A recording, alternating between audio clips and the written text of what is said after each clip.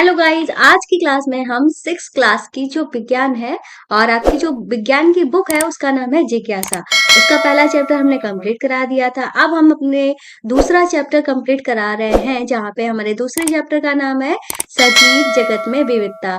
तो इस सजीव जगत में विविधता का पार्ट 1 कंप्लीट हो चुका है। अगर आपने नहीं देखा प्लेलिस्ट में देख लेना। तो आज हमारा कौन सा पार्ट है? आज हमारा दूसरा पार्ट है। तो चलिए आज हम अपने दूसरे पार्ट को स्टार्ट कर देते हैं। तो ये है हमारा दूसरा चैप्टर, जिसका नाम है सजीव जगत में विविधता। ठीक है, तो हमने यहाँ पे ये सारा जो है पहले पार्ट में पढ़ लिया है। ठीक है, हमें पढ़ाना कहाँ से है? हमें यहाँ से, हमने ये सब भी पढ़ लिया था। हमें पढ़ाना क्रियाकलाप 2.5 से था, लेकिन हम इसका जो ये पेज जो है लास्ट वाला, इसको भी फिर से पढ़ा देते हैं, नहीं तो आप लोग कंफ्यूज हो जाओगे, क्योंकि एक्सरसाइज जो है वो हमें करनी है। इसी से रिलेटेड ही हमारे कुछ क्वेश्चन दिए गए हैं। तो फिलहाल इसको यहाँ पे हम देखते हैं। यहाँ पे दिया गया है, आपको शाख, झाड़ियों और वृक्षों के बीच में अंतर दिखाई दिए। तालिका 2.3 में दी गई जानकारी के आधार पर हम पौधों के समूह शाक, झाड़ी और वृक्ष के रूप में बना सकते हैं। तो देखो भाई, यहाँ पे शाक, झाड़ी, ये सारी चीजें, वृक्ष होता क्या है? तो ये जो हमारा वृक्ष है, जो इस तरीके से इसमें बड़ा सा तना दिया होता है, जैसे कि हमारे बड़े बड़े पेड़ होते हैं, आम का है, जामुन का है, बरगद का है। देखिए, इसमें एक मोटा सा तना होता है, उसके ऊपर हमारा पेड़ जो होते हैं, उसकी पत्तियां वगैरह ये जो होती है फैली होती है। तो ये, इसको हम क्या कहते हैं? वृक्ष कहते हैं। ठीक है, अब हम झाड़ी की बात करते हैं। तो ये जमीन, इसमें तना होता है पर जमीन से ही सारा सब कुछ लगा हुआ होता है। ठीक है, ये हमारे छोटे वृक्ष का रूप होते हैं। ये हमारे बढ़ते नहीं है, इनकी एक लिमिट पर लंबाई होती है। तो ये हमारे क्या होते हैं? झाड़ी होते हैं। शाक क्या होते हैं? ये जमीन पे ही फैले रहते हैं। ठीक है, मतलब जमीन के आसपास ही रहते हैं। ठीक है, और जमीन पे फैल कर ये बढ़ते हैं। इस तरीके के पौधों को हम क्या कहते हैं? शाक कहते हैं। जैसे कि यहाँ पे आपको टमाटर का पौधा जो है वो दिखाई दिया गया है। तो ये कुछ प्रकार दिए गए हैं। आगे चलते हैं तो यहाँ पे कुछ और भी बातें हमारी दी गई हैं। जैसे कि इन्होंने कहा है, कुछ पौधों के तने वृक्षों की तरह ऊंचे नहीं होते हैं। मतलब जैसे कि हमने आपको गुलाब का वृक्ष, अभी गुलाब का पौधा आपको दिखाया, ये उसमें तना वगैरह तो होते हैं, पर वृक्षों की तरह इतने ऊंचे नहीं होते। प्रायः इस प्रकार के पौधे अनेक भूरे रंग के काष्ठी तने होते हैं, जो भूमि के निकट से शाखाओं के रूप में निकलते हैं। ठीक है, तो कैसे निकलते हैं? भूमि के निकट से निकलते हैं, शाखाओं के रूप में निकलते हैं। ये तने कठोर होते हैं, लेकिन वृक्ष के जितने मोटे नहीं होते। मतलब जैसे कि हमारा, ये हमने आपको बताया था गुलाब का पौधा, ठीक है, गुड़हल का पौधा, ये जो होते हैं, ये होते तो वृक्ष की तरह हैं, पर वृक्ष के जितने इनके तने जो होते हैं, उनकी शाखाएं जो होती हैं, वो इतनी मोटी नहीं होती हैं। ठीक है, ऐसे पौधों को हम क्या कहते हैं? झाड़ी कहते हैं। ठीक है, क्या कहते हैं? हम उनको झाड़ी कहते हैं। उदाहरण के लिए इन्होंने बोला है गुलाब का पौधा। नेक्स्ट इन्होंने बताया है, कुछ पौधे जो होते हैं आकार में छोटे होते हैं, उनके तने कोमल और हरे होते हैं। ठीक है, इन्हें हम क्या कहते हैं? शाक कहते हैं। उदाहरण के लिए टमाटर का पौधा, टमाटर का पौधा जो होता है काफी छोटा होता है। ठीक है, और ये जो होता है उसके तने भी बहुत ही ज्यादा सॉफ्ट, मतलब बहुत ही, इतने ज्यादा सॉफ्ट भी नहीं होते, पर हाँ सॉफ्ट होते हैं। ये जो हमारे वृक्ष वृक्ष के तो बहुत ही ज्यादा हमारे कठोर होते हैं, झाड़ियों से भी ज्यादा सॉफ्ट इनके तने वगैरह होते हैं, और इनकी लंबाई ज्यादा नहीं होती है, 1 से 2 फीट, मैक्सिमम 2 फीट तक रहती है। ठीक है, उदाहरण हमारा क्या बताया इन्होंने? टमाटर का पौधा। फिर नेक्स्ट चलते हैं, इन्होंने कहा है, कुछ पौधे के तने जो होते हैं दुर्बल होते हैं। ठीक है, मतलब इनके जो तने होते हैं कोमल होते हैं, मुलायम होते हैं, पर ठीक है हरे भी होते हैं, लेकिन इतने ज्यादा दुर्बल नहीं होते हैं कि हम उनको छुए वो टूट जाए। पर कुछ पौधे ऐसे भी होते हैं जिनके तने दुर्बल, मतलब इतने ज्यादा कमजोर होते हैं कि ये ऊपर चढ़ने और बढ़ने के लिए सहारे की आवश्यकता होती है। मतलब इतने ज्यादा कमजोर होते हैं, वो खुद के सहारे खड़े नहीं हो सकते। जैसे कि टमाटर का पौधा, हाँ ठीक है, कमजोर है, छोटा है, ये है, इस तरीके से है, पर खुद के उसको किसी और के सहारे की खड़ा खड़े होने के लिए किसी और के सहारे की जरूरत नहीं होती है। पर कुछ ऐसे होते हैं, इतने ज्यादा दुर्बल होते हैं कि उनको खड़े रहने के लिए, आगे बढ़ने के लिए, ऊपर चढ़ने के लिए सहारे की आवश्यकता होती है। जैसे कि हमारा मनी प्लांट जो होता है, उसको ये जो होता है जमीन पर फैलता ही रहता है। अगर जमीन पे नहीं फैलता है, अगर हम चाहते हैं कि भाई ये खड़ा होके बढ़े, तो हम क्या करेंगे, उसको खड़ा करने के लिए उसमें एक डंडा टाइप में लगाना पड़ेगा, उसको एक सहारा देना होगा, तो उस डंडे के सहारे वो खड़ा होकर क्या करता है, बढ़ता है। तो ऐसे मतलब ये आरोही लता मतलब चढ़ रहा है ना, आरोही का मतलब होता है चढ़ना, आरोही का मतलब क्या होता है, चढ़ना। तो ऐसे पौधों को हम क्या कहते हैं, आरोही लता कहते हैं। क्या कहते हैं, आरोही लता या क्लाइंबर, क्लाइंबर मतलब चढ़ना। तो चढ़ते हैं ये, ठीक है, सहारा देकर चढ़ते हैं, तो इनको ही हम क्या कहते हैं, आरोही लता कहते हैं। तो इनके तने कैसे होते हैं, बहुत ही ज्यादा दुर्बल होते हैं। कुछ पौधे भूमि की सतह पर फैलकर बढ़ते हैं, उनको विसर्पी लता कहते हैं। ठीक है, कुछ पौधे जो होते हैं भूमि पर ही बढ़ते रहते हैं। मनी प्लांट जो है वो हमारा आरोही भी है, विसर्पी भी है। ठीक है, मतलब वो जमीन पे छोड़ देंगे तो जमीन पे इस तरीके से फैलेगा, और इसको अगर हम थोड़ा सहारा दे देंगे तो वो ऊपर की तरह आरोह भी कर लेगा। ठीक है, तो इन्होंने कहा है जो भूमि की सतह पर फैलकर बढ़ते हैं उनको हम क्या कहते हैं, क्रीपर या विसर्पी लता कहते हैं। ऐसी कौन सी अन्य विशेषताएं हो सकती हैं जिनके आधार पर आप पौधों के विभिन्न समूह बना सकते हैं? आइए एक क्रियाकलाप के माध्यम से जानने का प्रयास करें। तो यहाँ पे हमारा क्या दिया गया है, एक क्रियाकलाप दिया गया है, जैसे कि इन्होंने क्रियाकलाप 2.5 बताया है, और इसकी तुलना आइए तुलना करें। अब ये कह रहे हैं कि भाई यहाँ पे कुछ पत्तियां जो है वो हमको दी गई हैं, अब तुलना करने की बात कह रहे हैं। ये कह रहे हैं पहले पॉइंट में इन्होंने कहा है प्रकृति की सैर के समय आपके द्वारा एकत्रित किए गए विभिन्न पौधों की पत्तियों को देखें। तो मतलब आपको सैर करने आप कहीं जा रहे हो, घूमने जा रहे हो, तो वहां पौधे वगैरह तो आपको मिलेंगे ही, तो आपको इस तरीके से कुछ पत्तियां जो है वो एकत्रित करनी है। तो इन्होंने यहाँ पे 3 तरीके की पत्तियां जो है वो एकत्रित की हैं। तो ये कह रहे हैं क्या आपको इन पत्तियों की आकृति और संरचना में विभिन्नता दिखाई देती है। तो जब हम पत्ती को ध्यान से देखते हैं, तो इस पत्ती में हम क्या देखते हैं, इस तरीके से बीच में हमारी मोटी डंडी है, इस तरीके से यहाँ पे इस तरीके से इस बीच वाली लाइन से पतली हमारी शाखाएं निकली हैं। अब इन शाखाओं से भी इस तरीके से हमारी शाखाएं निकलती हुई आपको नजर आ रही होंगी।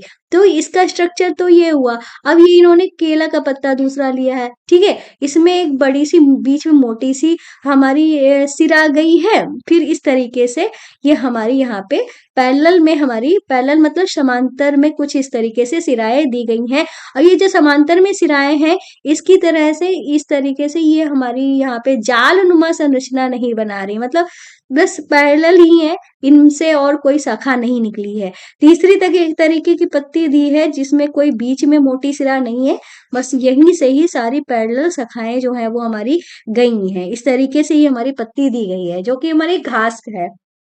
ठीक है, तो अब यहाँ पे जो इन्होंने नाम दिए हैं वो देख लेते हैं। इन्होंने कहा है जालिका रूपी सिरा विन्यास युक्त गुड़हल की पत्ती। ये गुड़हल की पत्ती है जिसमें इस तरीके से जाल बना हुआ है। ठीक है, किसका, सिराओं का। सिराएं मतलब ये तरीके से, ये जो हमारी इस तरीके से ये हमको मोटी मोटी लाइंस इसमें दिख रही हैं, सिराएं बोली गई हैं। और इसमें सिरा विन्यास कैसा है, समांतर सिरा विन्यास है। कैसा है, समांतर। समांतर क्या होते हैं, इस तरीके से दो रेखाएं होती हैं जो आपस में कभी काटती नहीं है। काटने का मतलब इस तरीके से कभी काटती नहीं है, इस तरीके से एक दूसरे के समांतर चल रही है, तो ये समांतर सिरा विन्यास है। और केले की पत्ती बताई गई। तीसरे में भी समांतर सिरा विन्यास, घास की पत्ती, ये भी समांतर सिरा विन्यास है, पर इसमें इसका सिरा विन्यास जो है थोड़ा सा अलग है। क्यों, क्योंकि इसमें कोई बीच में मोटी पत्ती नहीं है, इसमें यहाँ से ही समांतर लाइनें चल रही हैं, और इसमें क्या है, बीच में एक मुख्य सिरा विन्यास है। ठीक है, उसकी मुख्य सिरा है जिसमें इस तरीके से साइड से पैरेलल हमारी सिराएं निकली हुई हैं, बस फर्क इतना है। अब यहाँ पे इन्होंने बोला है आप पौधों की पत्तियों पर पतली रेखाएं देख सकते हो। इन पतली रेखाओं को हम क्या कहते हैं, सिराएं। मतलब ये जो हमको दिख रही थी, जिनमें जिसके कारण हमने क्या किया है, इनका विभाजन किया है, यही हमारी क्या है, बोलो, यही हमारी क्या कहलाती है, सिराएं कहलाती हैं। ठीक है, आगे चलते हैं। तो आगे इन्होंने बोला है सिराओं सिराओं द्वारा दर्शाए गए पैटर्न को क्या कहते हैं, सिरा विन्यास कहते हैं। ठीक है, इन्होंने चित्र 2.4 का और 2.4 खा में दिखाई गई पत्तियों के सिराओं में अंतर करने को बोला है। तो अंतर हमने बता दिया है, एक में जाल रूपी है, ठीक है, और दूसरे में समांतर है। तो इन्होंने कहा है आप कुछ पत्तियों में मोटी सिरा विन्यास के दोनों और सिराओं का एक जाल पैटर्न देख सकते हैं। तो जाल पैटर्न हमने समझ लिया है। फिर ये कह रहे हैं इस पैटर्न को क्या कहते हैं? जालिका रूपी सिरा विन्यास कहते हैं। उदाहरण के लिए गुड़हल की पत्तियां, ठीक है, इस सिरा विन्यास पैटर्न को प्रदर्शित करती हैं। ठीक है, गुड़हल की पत्तियां, गुड़हल की पत्ती जो होती है वो कौन सा सिरा विन्यास दिखाती है? जालिका रूपी। फिर इसके बाद इन्होंने कहा है आप देख सकते हैं कुछ पत्तियों में सिराएं जो होती हैं समांतर चलती हैं। तो इस समांतर मतलब इसमें जैसा चल रहा है, इसमें जैसा चल रहा है। तो ये जो समांतर सिरा विन्यास जो होता है तो उसको हम क्या कहते हैं? मतलब समांतर जो सिराएं चलती हैं उनको हम समांतर सिरा विन्यास कहते हैं। उदाहरण के लिए उन्होंने बोला है केलों और घास की पत्तियां जो होती हैं उनमें जो सिरा विन्यास होता है वो कैसा होता है? समांतर सिरा विन्यास होता है।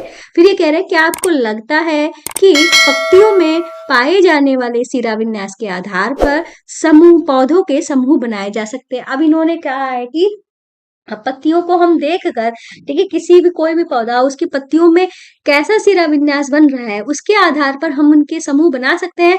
तो बिल्कुल हम बना सकते हैं।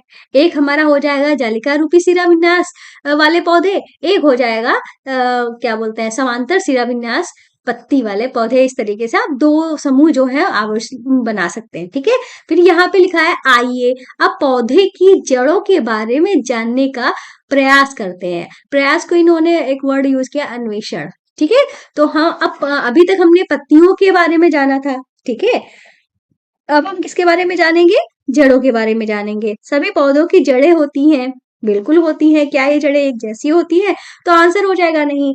ठीक है, जैसे इन पत्तियों की संरचना अलग अलग होती है वैसे उनकी जड़ों की संरचना भी अलग अलग होती है। अब इन्होंने क्रियाकलाप 2.6 दिया है और बोल रहे हैं आइए पता लगाएं।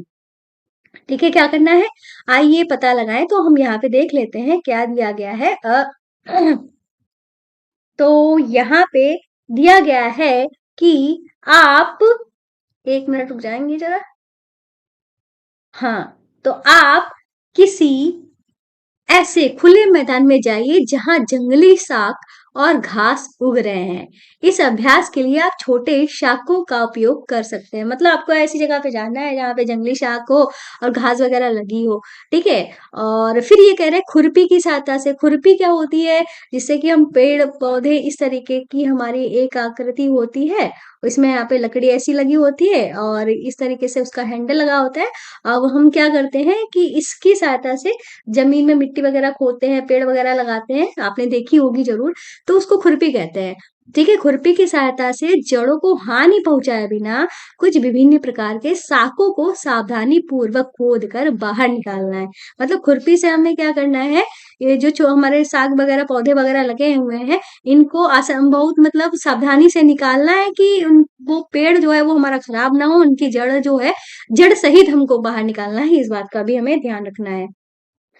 इन्होंने कहा है शाखों के निकलने से पहले आप मिट्टी को गीला करके ढीला कर सकते हैं। मतलब ऐसा नहीं है, अगर आपको मतलब बहुत ही सावधानी से खोदना है तो एक काम कर सकते हैं कि मिट्टी को थोड़ा सा गीला कर लो तो वो आसानी से खुद जाएगा और हमारे पेड़ को नुकसान जो है वो कंपैरिजन सूखी मिट्टी से हमें कम पहुंचेगा। ठीक है, तो अब हम इन्होंने नेक्स्ट पॉइंट बोला है जड़ों को पानी से धोएं और उनका अवलोकन करें। मतलब जब आपने पूरा पेड़ जो है जड़ सहित खोद लिया है, अब मिट्टी जो है हमारी जड़ में जो लगी हुई है उसको धो लेना है, फिर हमें उसकी जड़ को देखना है।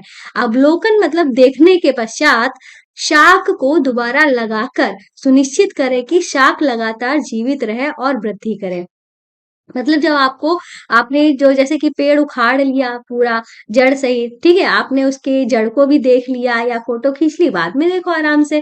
ठीक है, ऐसा भी कर सकते हो। अब जो भी जितने भी पेड़ आपने उखाड़े थे जड़ सहित उनको देखा, उनकी जड़ों को देखा आपने। फिर जब आपने अवलोकन कर लिया, देख लिया, उनका एक्सपेरिमेंट कर लिया, फिर वापस से आपको वहीं जहां वो लगे हुए थे पौधे उनको लगा दो, ये कह रहे हैं ये। फिर यहाँ पे आप देख सकते हो कि दो तरीके के पौधे जो है वो दिखाए गए हैं, उनके साथ में जड़ें भी दिखाई गई हैं। पहला जो पौधा है वो सरसों के पौधे में मूसला जड़ तंत्र है दिखाई गई है, और दूसरा जो हमारी घास टाइप में है इसमें सामान्य घास के पौधे में झकड़ा या रेसेदार जड़ तंत्र दिखाया गया है। झकड़ा को ही हम क्या कहते हैं, झकड़ा जड़ को हम कहते हैं रेसेदार जड़। ठीक है, और मूसला जड़ को कहते हैं मूसला। मतलब मूसला जड़ कैसी होती है, इस तरीके से होती है जैसे हमारी मूली वगैरह जो होती है, इस तरीके से होती है। इसमें छोटी छोटी इस तरीके से जड़ें जो वगैरह जो होती है वो निकली होती है। इसमें एक मूसला में क्या होती है, एक मूल जड़ होती है। ठीक है, इसीलिए इसको क्या कहते हैं, एक मोटी सी मूल जड़ होती है, इसी से ही हमारा क्या निकलता है, तना निकलता है। ठीक है, और ये मूसला जड़ इस तरीके से मूल जड़ होने के कारण इसको हम मूसला जड़ कहते हैं। और ये झकड़ा या रेसेदार, नाम से ही पता चल रहा है इसमें बस रेसे ही रेसे निकले हुए हैं, कोई हमारी मूल जड़ नहीं है। इस तरीके से रेसे ही रेसे निकले हुए हैं, तो इसको हम झकड़ा या रेसेदार जड़ तंत्र कहते हैं। ठीक है, अब जड़ों के प्रकार भी आपको पता चल गए। अब हम आगे चलते हैं, तो इन्होंने कहा है आपके द्वारा एकत्रित किए गए पौधों की जड़ों में क्या समानताएं हैं और क्या भिन्नताएं हैं। अब आपको भी पता करना है कि आपने क्या समानता देखी है, क्या विभिन्नता देखी है। इन्होंने कहा है का वाला जो चित्र है, खा वाले चित्र में प्रदर्शित पौधों की जड़ों में आप क्या विभिन्नताएं देख रहे हैं। तो भाई हमने यही विभिन्नता देखी है कि इसमें एक मूल जड़ भी है। ठीक है, जिसके कारण इसको मूसला बोला गया है। उसके बाद इसमें देखो ये जो हमारी मूल जड़ होती है ये मोटी होती है, फिर इससे जो निकली होती है ये इससे थोड़ी पतली होती है, ये वाली जड़ें जो इस तरीके से निकली होती हैं। ठीक है, इसको हम प्राइमरी या प्राथमिक जड़ कहते हैं। ये जो साइड में निकली हुई है सी, इनको हम द्वितीयक जड़ कहते हैं। इनसे भी इस तरीके से छोटी छोटी जड़ें निकली होती हैं जो इनसे भी पतली होती हैं। ठीक है, सेकेंडरी वाले से भी पतली होती हैं, इनको हम तृतीयक जड़ें बोलते हैं। अब इनसे भी इस तरीके से निकलती हैं, उनको हम ठीक है, इनको हम जड़ें ही बोलते हैं। तृतीयक जड़ों तक पढ़ा जाता है। ठीक है, और ये इनके समझ लो जड़ों के भी जड़ें हैं, जड़ों के भी बच्चे हैं। इस तरीके से आप समझ सकते हो। ठीक है, तो ये होती है हमारी कैसी मूसला जड़। इन्होंने कहा है का में सरसों की पौधों के जड़ों का ध्यान पूर्वक अवलोकन करें। इस पौधों की जड़ में एक मुख्य जड़ होती है, जैसे कि हमने आपको क्या बताया, प्राथमिक जड़। प्राथमिक जड़ को ही हम क्या कहते हैं, मूल जड़ या प्राइमरी जड़ कहते हैं। तो यही बोला है। ठीक है, और जिससे छोटी छोटी पार्ट्स में जड़ें निकलते हैं, जो हमने आपको द्वितीयक जड़ें बताई हैं वही यही बात कर रहे हैं यहाँ पे। ऐसी जड़ों को हम क्या कहते हैं, मूसला जड़ कहते हैं। मूसला जड़ वाले एक अन्य पौधे का उदाहरण जो है कैसा होता है, गुड़हल होता है। मतलब हमने जो गुड़हल का पौधा देखा था, जिसकी पत्ती जो हमारी दी गई थी उसमें कैसी सिरा थी, जालिका रूपी। इस तरीके से जालिका रूपी हमारी इनसे भी इस तरीके से ये निकले हुए थे। ठीक है, जालिका रूपी सिरा विन्यास था, वही उसी गुड़हल के पौधे की बात कर रहे हैं। तो इनके कहने का मतलब यहाँ पे क्या निकलता है, अभी आपको पता ही चल जाएगा। इन्होंने कहा मूसला जड़ वाला जो पौधा होता है उसका उदाहरण गुड़हल भी है, जो आपने पहले वाले चित्र में देखा था। फिर ये कह रहे हैं 2 खा में दिखाया गया जो पौधा है एक सामान्य घास का पौधा है। ठीक है, इस पौधे की जड़ें जो होती हैं समान माप की पतली पतली जड़ों के गुच्छों के रूप में दिखाई देती हैं, जो तने के आधार से निकलती हैं। मतलब यहाँ पे इसकी बात कर रहे हैं, इस तरीके से जड़ों का एक गुच्छा समझ में है, पतली पतले रेसे निकले रहते हैं, इसीलिए हम इसको रेसेदार या झकड़ा जड़ कहते हैं।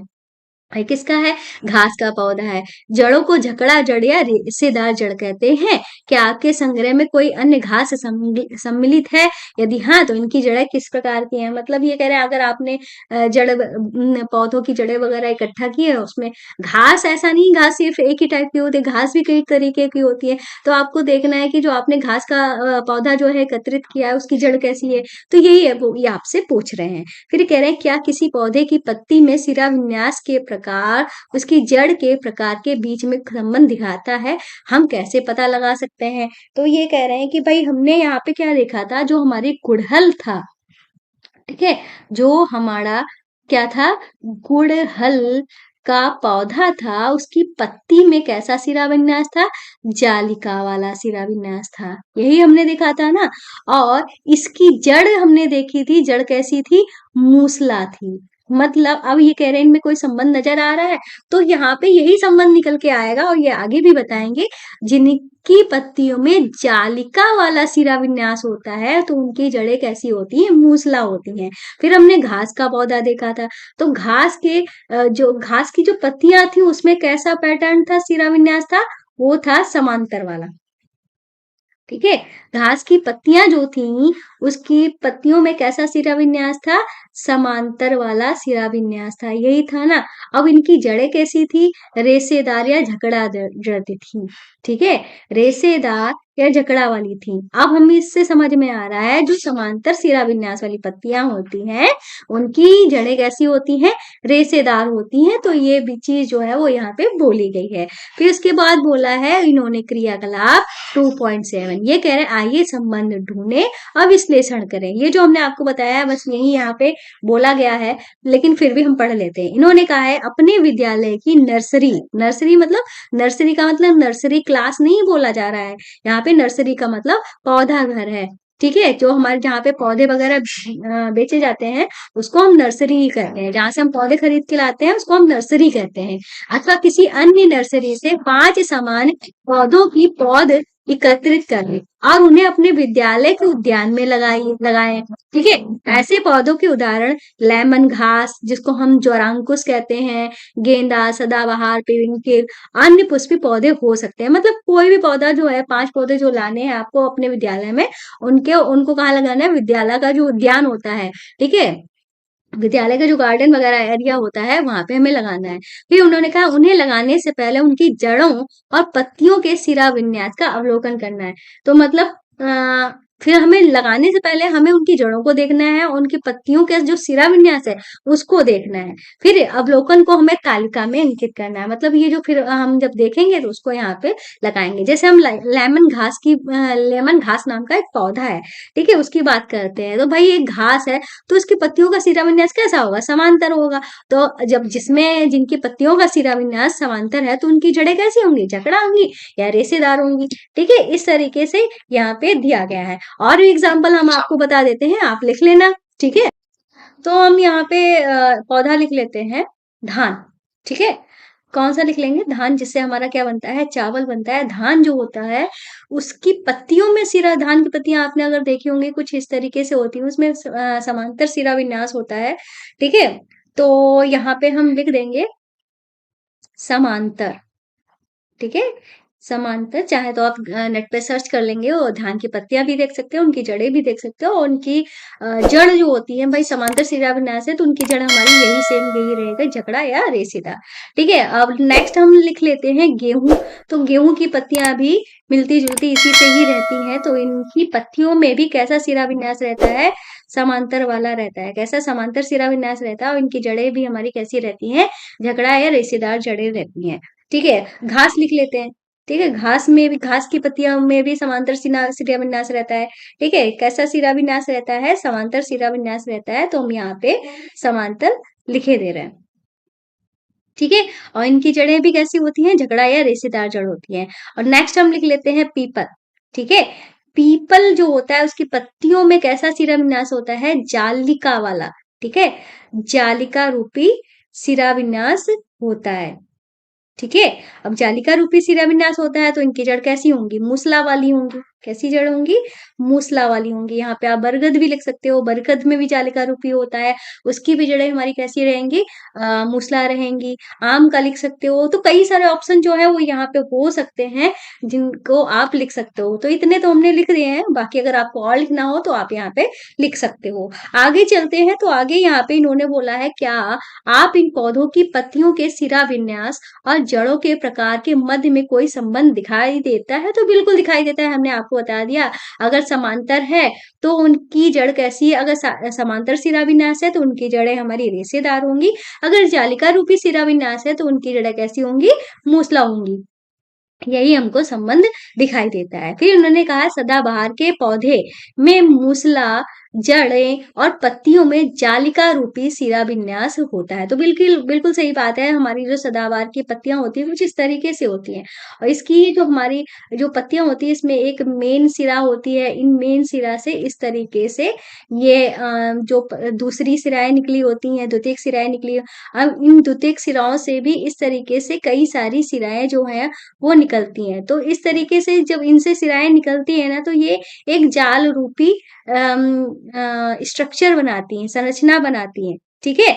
तो इस तरीके मतलब इनके विपत्ति में सदाबहार की पत्ती में कैसा सिरा विन्यास हुआ, जालिका रूपी। अब जालिका रूपी सिरा विन्यास हुआ तो इनकी जड़ें कैसी हो जाएंगी, मूसला जड़ें हो जाएंगी। ठीक है, यही बात इन्होंने बोली है।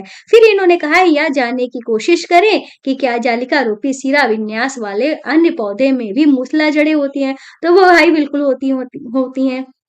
फिर उन्होंने कहा दूसरी ओर लेमन घास के पौधों में झकड़ा जड़ें और पत्तियों में समांतर सिरा विन्यास होता है। इन्होंने लेमन घास की बात की है, तो लेमन घास जो होती है कुछ इस तरीके से इन्होंने बताई है। ठीक है, कुछ इस तरीकों से बताए हैं जिनमें कैसा सिरा विन्यास होता है, समांतर सिरा विन्यास होता है। समांतर सिरा विन्यास होता है तो इसका मतलब क्या हुआ, समांतर सिरा विन्यास है तो मतलब इनकी जड़ी कैसी हो गई, झकड़ादार या सॉरी हाँ झकड़ादार या रेसेदार हो गई इनकी जड़ें।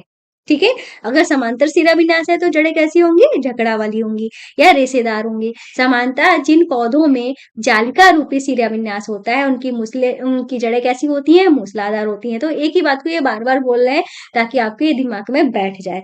ठीक है, इस बार आपकी जो साइंस है कुछ इस तरीके की है, एक ही बात को ये 10 बार बोल रहे हैं ताकि वही आपको रटना ना पड़े, बस आप उसको पढ़ते पढ़ते इतना ज्यादा इरिटेट हो जाओ कि वो आपके दिमाग में ही बैठ जाए कि हाँ भैया जालिका है तो मूसला है, वो समांतर है तो झगड़ा है।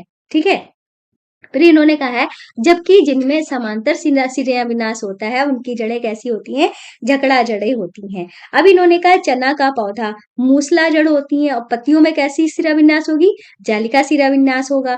ठीक है, फिर उन्होंने कहा गेहूं का पौधा जो होता है झकड़ा जड़ों वाला होता है और पत्तियों में कैसा सिरा विन्यास होता है, समांतर सिरा विन्यास का उदाहरण होता है। ठीक है, तो ये चीज हमने देख ली। अब इन्होंने कहा है क्या किसी पौधे के बीज, जड़ के प्रकार और पत्तियों के सिरा विन्यास में भी परस्पर में कोई संबंध होता है, क्या सभी बीज एक जैसे होते हैं। तो पहले तो इसका आंसर दे देते हैं, ये कह रहा है क्या सभी बीज एक जैसे होते हैं, तो भाई सभी बीज जो होते हैं वो एक जैसे नहीं होते हैं, बीजों के भी टाइप्स होते हैं। अब इन्होंने कहा है जैसे कि हमने जड़ के प्रकार पत्तियों में संबंध देखा है, क्या ऐसा ही संबंध हमें बीज में भी दिखता है, तो बिल्कुल हाँ दिखता है, जिसको हम आगे पढ़ेंगे। इन्होंने यहाँ पे बोला है क्रियाकलाप 2.8, आइए तुलना करें।